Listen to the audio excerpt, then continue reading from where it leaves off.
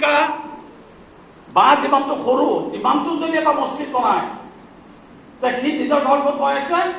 জন্নতত বনাইছে। সেই জন্নতৰ ঘৰৰ আমি চকীদাৰ, আমি প্ৰেচিডেণ্ট ছেক্ৰেটাৰী। কিন্তু আমি আজি সমাজক গাইড দিব লাগিছিল নে? আজি চাওক, আমাৰ সমাজত বহুত দুখীয়া ল'ৰা ছোৱালী আছেনে নাই? আজি মই আপোনালোকক মাতা আমাৰ উদ্দেশ্য হ'ল ইয়াত আমাৰ ভাৱ বিনিময় কৰা। সভাৰ উদ্দেশ্য যে মই দাঙি ধৰিছোঁ, গোটেই বক্তব্যটো ইয়াতে আপোনালোকে অলপ মন দি শুনিব, আপোনালোকৰ নিজৰ মতামত দাঙি ধৰিব। তাৰপিছত যদি কয় না আমাৰ এটা পৰিষদ লাগে, মছজিদসমূহৰ এটা পৰিষদ লাগে, তেতিয়া ইনশাআল্লাহ সভাপতি চাহাবে কৈছে তাৰ পিছতহে দিশ নিৰ্ণয় হ'ব। আজি হৈছে ভাৱ বিনিময় কৰা হ'ব, ইনশাআল্লাহ আপোনাৰ কথা মনৰ কথা ইনশাআল্লাহ দাঙি ধৰিব। আজি চাওক, আমি কেইজন মানে মিলি পেলাই 90 মোৰ ফজল ভাই আহিছে লখিমপুৰৰ পৰা, তেখেতৰ লগত মই 83 পৰা সম্পৰ্ক। তাজউদ্দিন লস্কৰ আহিছে 83 পৰা, যেতিয়া লখিমপুৰতো গণ্ডগোল হৈছিল সেই সময়ত মই তেজপুৰৰ পৰা গৈছিলোঁ, তেতিয়া তেখেত দেখা ময়ো দেখা। কিন্তু সেই সম্পৰ্ক দিনলৈকে আজি থাকোঁতে আজি তেখেতে আহ্বান কৰালৈকে 10-12জন লখিমপুৰৰ পৰা এই সভাত নিজৰ খৰচত লব্বাই কৈ আহিছে।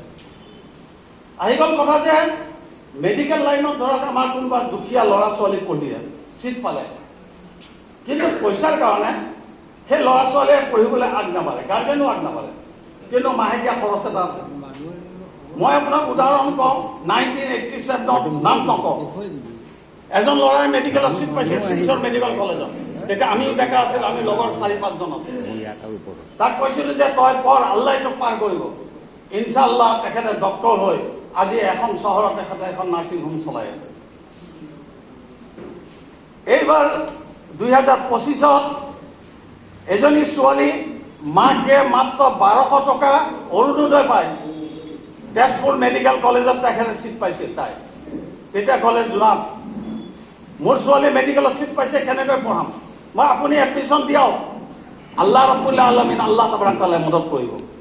এইবাৰ 342 ৰেংকত তাই পাছ কৰিলে। আমি ভাবিলোঁ যে এই আমি কেইজনমানে যদি এইটো কৰিব পাৰোঁ, আমি যদি উত্তৰ অসমৰ মছজিদসমূহৰ যদি প্ৰেচিডেণ্ট ছেক্ৰেটাৰী চবে মিলি আমি সংঘবদ্ধ হওঁ, তেন্তে আজি ধৰক লখিমপুৰৰ কোনোবা ল'ৰা এটাই যদি চিট পালে দুখীয়া, আপোনাৰ তাত পুঁজি নাই, আমি যদি চব মিলি পেলাই এটা পুঁজি আমাৰ সংগ্ৰহ হয়, কমিটি থাকে, তেতিয়া ধৰক আপোনাৰ এপ্লাই কৰিলে, তেতিয়া এই কাগজখন ফৰৱাৰ্ডৰ কাৰণে আপোনাৰ অঞ্চললৈ গ'ল, তে আপুনি তাৰ ইনকুৱাৰী কৰি ৰিপৰ্টটো দিব নহয়, এই ল'ৰাজনক সহায় কৰিব লাগে। এই কামটো কি বেয়া হ'ব? আল্লাহ কথা আপোনালোকৰ দুৱাত তেজপুৰ 5 মাইলৰ এজন ৰিক্সা চালকৰ, তেখেতে মেট্ৰিকত ভাল ৰিজাল্ট কৰোঁতে আমি গৈছিলোঁ, গৈ পেলাই সম্ভাষণ আমি গামোচা পিন্ধোৱা নাই, আমাৰ গামোচা পিন্ধোৱাটো এটা পৰম্পৰা হৈছে। তাৰপিছত ল'ৰাই কি কৰিছে খবৰ নলওঁ। আমি তেতিয়া নিৰ্ধাৰিত কৰিছিলোঁ নাই, ই যেতিয়া মেট্ৰিকত ভাল ৰিজাল্ট কৰিছে তাক কৈছোঁ তই হায়াৰ ছেকেণ্ডেৰী ভালকৈ কৰ। হায়াৰ ছেকেণ্ডেৰী যেতিয়া ভাল ৰিজাল্ট কৰিলে তাক ক'লোঁ তই মেডিকেল বা ইঞ্জিনিয়াৰিঙত তই ট্ৰাইল কৰ। আল্লাহৰ ৰহমতত সি ইঞ্জিনিয়াৰিঙত চিট পালে। সেই ল'ৰা আজি গভৰ্ণমেণ্ট চাকৰি কৰি আছে, তাৰ ভাইও ডক্টৰ হ'ল, ইঞ্জিনিয়াৰ হ'ল।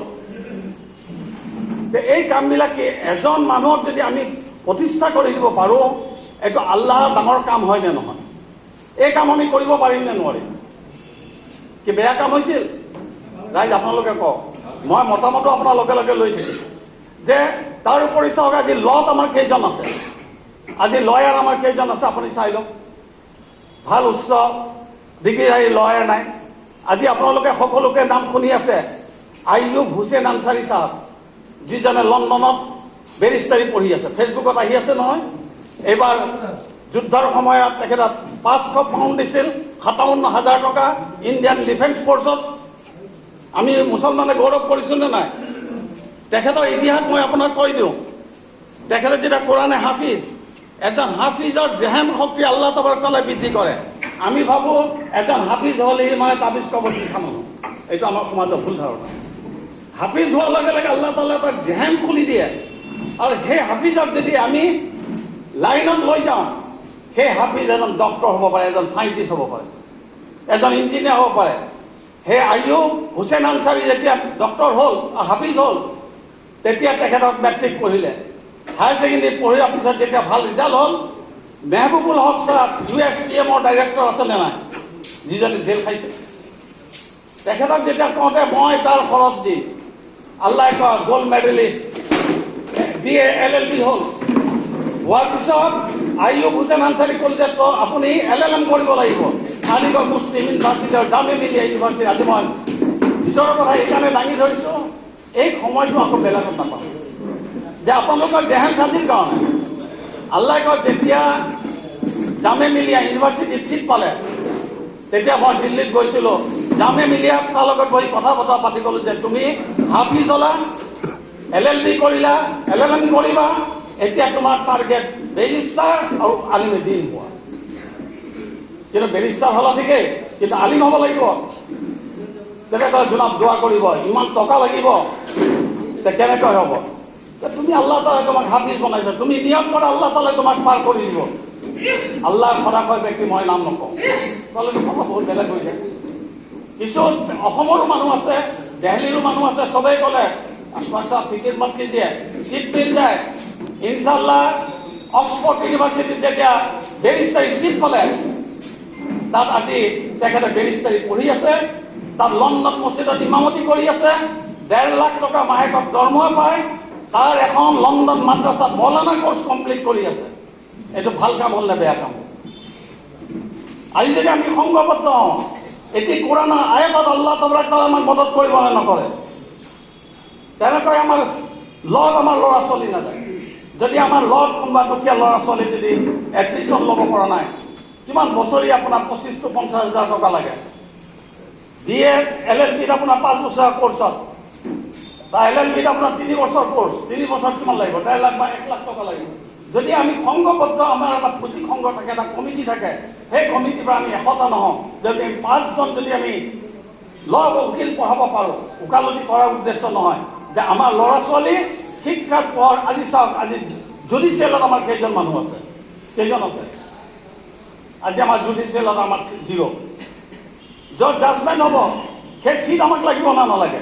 আমাৰ জাতিক ভৱিষ্যত সুৰক্ষিত কৰিব হ'লে আজিৰ আধুনিক অস্ত্ৰ শস্ত্ৰৰে নহয়, শিক্ষাৰে যদি আমি আগবাঢ়ি যাওঁ, ইনশাল্লাহ আমাৰ যদি ঘৰে গাঁৱৰ প্ৰতি যদি ডক্টৰ, ইঞ্জিনিয়াৰ, আপোনাৰ লয়াৰ যদি হয়, তে এই জাতিয়ে পোহৰ দেখা পাবলৈ নাপায়। তে এই কাম আমি কৰা আৱশ্যক আছে নে নাই? মই এইবিলাক কথা আমি কেতিয়াও কোৱা নাছিলোঁ, কিয় কাৰণে আৰু আমি যাক সহায় কৰোঁ তাক কৰা মানুহে জানে, তাৰ বাহিৰে মানুহ আমি জানিবলৈ নিদিওঁ। আজি ভাইসকল, এই সময়ত আমি সকলোৱে সংঘবদ্ধ হোৱা আৱশ্যক। আজিৰ এই মিটিংখন কোনো চৰকাৰৰ বিৰুদ্ধে নহয়। এইটো বহুতে ভাবিছে চৰকাৰে মাতিছে নেকি। আমাৰ চৰকাৰৰ লগত কোনো সম্পৰ্ক নাই। আমি কোনো পলিটিকেল পাৰ্টি ৱৰ্কাৰ নহওঁ, আমি মেম্বাৰ নহওঁ, আমি দিনৰ দায়ী। আল্লাহ ইব্ৰাহিম আলাইহিছ সালামক আল্লাহ ক'লে, ইব্ৰাহিম তুমি মানুহক মাতা। আল্লাহ মোৰ মাত শুনিবলৈ কোনোবাই? কি কয় মোল্লা ছাৰ, মোৰ মাত শুনিবলৈ? কয় তোমাক কৈছো মাতিবলৈ, তুমি মাতা। আজি সেই ইব্ৰাহিমে যেতিয়া ক'লে, এতিয়া আমি হাতীসকল গৈ আছে নে? লাব্বাইক আল্লাহুম্মা লাব্বাইক ইন্নাল হামদা ওয়ান নি'মাতা গৈ আছে নে নাই? এই টাৰ্গেট লৈ আমি এই সভাখন মাতিছিলোঁ। আমাৰ উদ্দেশ্য হ'ল যে আমাৰ জাতিক সংঘবদ্ধ কৰি আমি যাতে আমাৰ প্ৰতিবেশী যে অমুছলমান ভাইসকলৰ অন্তৰত যে বেয়া ধাৰণা বহি গৈছে যে মছজিদসমূহ জিহাদী ঘাটি নেকি, মছজিদসমূহৰ বেয়া কৰ্ম হয় নেকি, যেতিয়া আমাৰ প্ৰতিবেশী অমুছলমান সকলোকো আমি যেতিয়া মাতি আমাৰ মছজিদৰ পৰিৱেশ দেখাম, আমাৰ মছজিদৰ পৰিৱেশ উন্নত হ'ব। যে নাই, তেখেতসকলে অকল মছজিদৰ নামাজেই নহয়, শিক্ষাৰ আলোচনা কৰে, স্বাস্থ্যৰ আলোচনা কৰে, সজাগতা, ড্ৰাগছ। আজি চাওক মুছলিম সমাজত ড্ৰাগছ, মদ, জুৱা দিনক দিনে বৃদ্ধি পাইছে নে নাই? চুৰি ডকাইতি বৃদ্ধি পাইছে নে নাই? আজি আপুনি আৰু মোৰ ল'ৰা ছোৱালীক আমি ডক্টৰ, ইঞ্জিনিয়াৰ, ডাঙৰ অফিচাৰ বনালোঁ, কিন্তু গাঁৱৰ মানুহখিনি যদি অন্ধকাৰত থাকে, আপোনাৰ ঘৰৰ পৰিৱেশ শান্তি হ'বনে? আজি কি হৈছে, যেতিয়া গাঁৱৰ পৰিৱেশ আমি ঠিক কৰা নাই, আমি আমাৰ ল'ৰা ছোৱালী যেতিয়া ডাঙৰ অফিচাৰ হৈ গ'ল, সি নিজৰ গাঁওখন বাদ দি পেলাই সি চহৰলৈ ঢাপলি মেলিছে। যেতিয়া আমি সৰুকালৰ পৰা আমি সেই জেহেন চাতি কৰিম, তেতিয়া আমাৰ সমাজখন পুনৰ গঠিত হ'বনে নহ'ব? আল্লাহ তাবাৰাক তাআলাই কৈছে, যি জাতিয়ে নিজৰ চিন্তাধাৰা পৰিৱৰ্তন নকৰে সেই জাতিক আল্লাহ তাআলাই উন্নতি কৰি নিদিয়ে। প্ৰথমতে চিন্তা কৰিব লাগিব, তেতিয়া আল্লাহ তাআলাই আমাক পৰিৱৰ্তন কৰিব। এটা সময় আছিল বড়ো কমিউনিটি যেতিয়া বাছত উঠিছিল, আন সম্প্ৰদায়ৰ মানুহে মাল খাই আহিছে তলত বহাই দিয়ে, কৰিছিল নে নাই এটা সময়ত? আজি সিহঁতে উন্নত ইমান শিখৰত গ'ল যে আজি ইমান কম সংখ্যক মানুহে BTC কৰিলে নে নাই? আজি আমি কিয় লাঞ্ছিত? আমাক আজি কিয় হিংসা কৰে? আমাৰ চাৰিত্ৰিক অধপতন হৈছে। এই সকলো সংশোধনী কৰাৰ কাৰণেহে আমি আলোচনা কৰাৰ কাৰণে নিজৰ মত আপুনি নিজৰ ব্যক্ত কৰিব। এইটো নহয় যে মই বেছি সময় কম, যে আপুনি মোৰ কথাখিনি যি শুনিছে, আমাৰ মেইন উদ্দেশ্য হ'ল শিক্ষা, উচ্চ শিক্ষাৰ কাৰণে যাতে আমি সংঘবদ্ধ হৈ আগবাঢ়োঁ। 2 নম্বৰ হৈ গ'ল হেল্থৰ ওপৰত আমি সজাগতা আনো। 3 নম্বৰ আমাৰ সমাজত যিবিলাক অনা ইছলামিক অপসংস্কৃতিয়ে গা কৰি উঠিছে সেইবিলাক দূৰীকৰণৰ কাৰণে চেষ্টা কৰোঁ। আৰু আমাৰ মহিলাসকলক কেনেকৈ আমি শৰীয়ত মোতাবিক আগুৱাই নিব পাৰোঁ তাৰ ওপৰত আমি কাম কৰিব পাৰোঁ। আল্লাহ তাবাৰক তাআলা আমাৰ সকলোকে কোৰআন আৰু সুন্নাহ অনুযায়ী কাম কৰিবলৈ তৌফিক দান কৰক। মোৰ সভা উদ্দেশ্য ব্যাখ্যাত যদি কিবা ভুল ত্ৰুটি হৈছে আপোনালোকে মোক আঙুলিয়াই দিব, তেতিয়া মই আপোনালোকক অশেষ ধন্যবাদ জনাওঁ। আল্লাহ তাআলা আমাক সকলোৱে কোৰআন সুন্নাহ অনুযায়ী চলিবৰ কাৰণে তৌফিক দান কৰক।